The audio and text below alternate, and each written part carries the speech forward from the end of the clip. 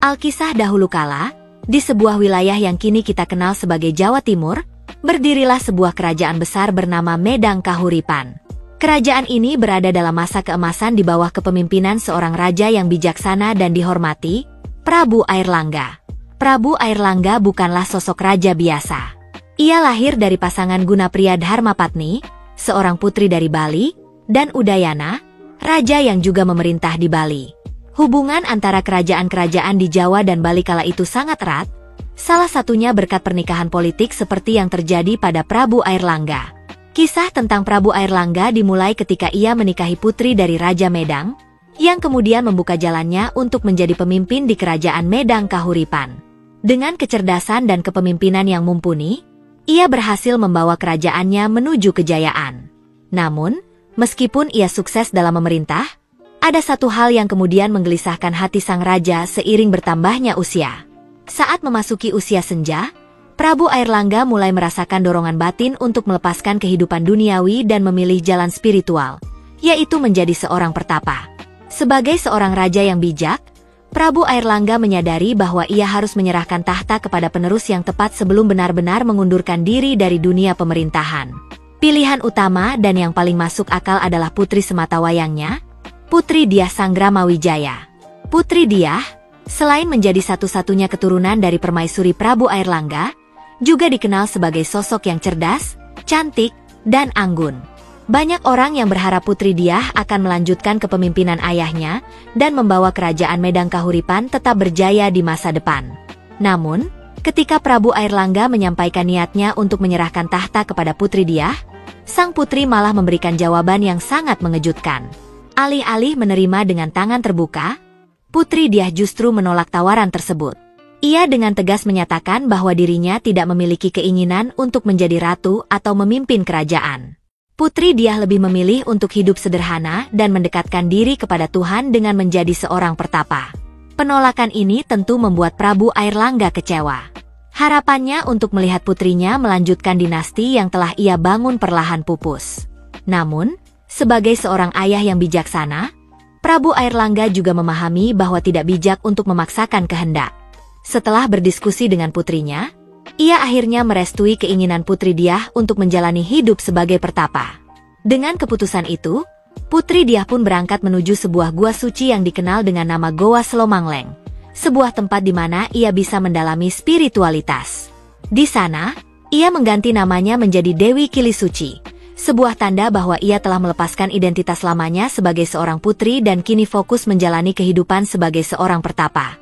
Sementara itu, setelah Putri Dyah memutuskan untuk meninggalkan kehidupan kerajaan, Prabu Airlangga kembali dihadapkan pada masalah yang lebih rumit.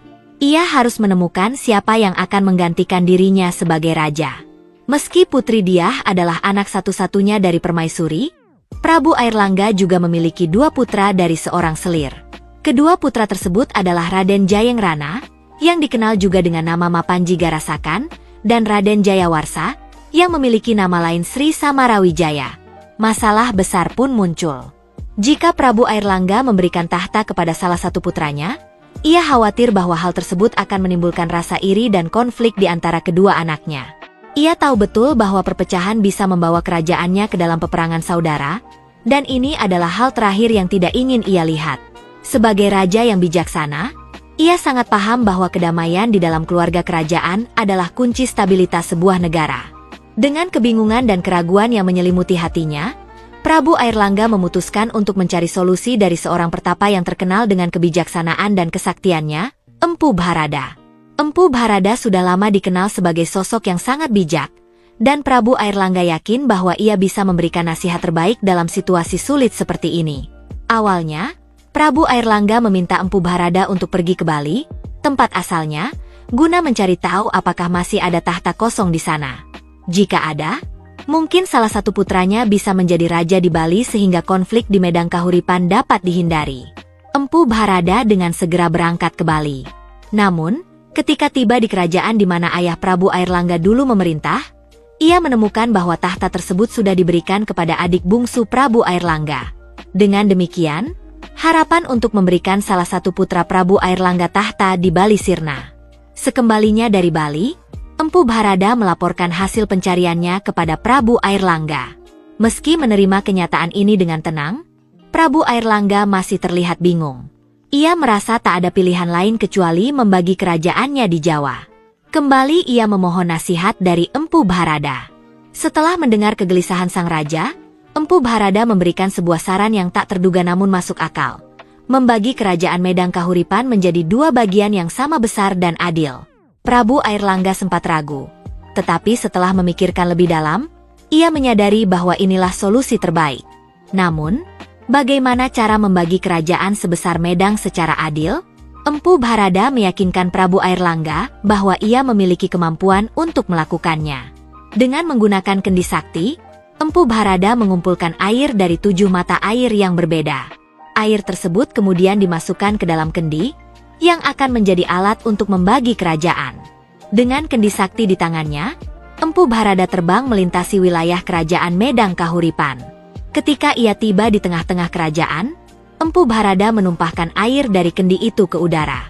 Ajaibnya, air yang tumpah berubah menjadi aliran sungai yang deras. Sungai itu kemudian dikenal sebagai Sungai Brantas, dan secara alami menjadi batas pemisah antara dua wilayah kerajaan. Setelah pembagian tersebut, Prabu Airlangga memutuskan untuk memberikan satu bagian kerajaan kepada masing-masing putranya. Bagian barat Sungai Brantas diserahkan kepada Raden Jayengrana, yang kemudian mendirikan kerajaan Jenggala. Sementara itu, bagian timur Sungai Brantas diberikan kepada Raden Jayawarsa, yang mendirikan kerajaan Panjalu. Dengan demikian, kedua putranya mendapatkan bagian yang adil, dan potensi konflik dapat dihindari. Setelah menyerahkan tahta, Prabu Airlangga merasa tenang. Ia pun memutuskan untuk melanjutkan hidupnya sebagai seorang pertapa. Ia pergi ke sebuah tempat bernama Pancangan dan mengganti namanya menjadi Maharishi Gentayu. Di sana, ia menghabiskan sisa hidupnya dalam kedamaian, meninggalkan kenangan sebagai raja yang bijaksana. Seiring berjalannya waktu, kerajaan Panjalu yang dipimpin oleh Raden Jayawarsa tumbuh dan berkembang. Pada masa berikutnya, kerajaan ini berganti nama menjadi Kerajaan Kadiri. Nama Kadiri inilah yang kemudian berubah menjadi Kediri, sebuah kota yang masih eksis hingga hari ini dan menjadi saksi bisu dari kejayaan masa lalu.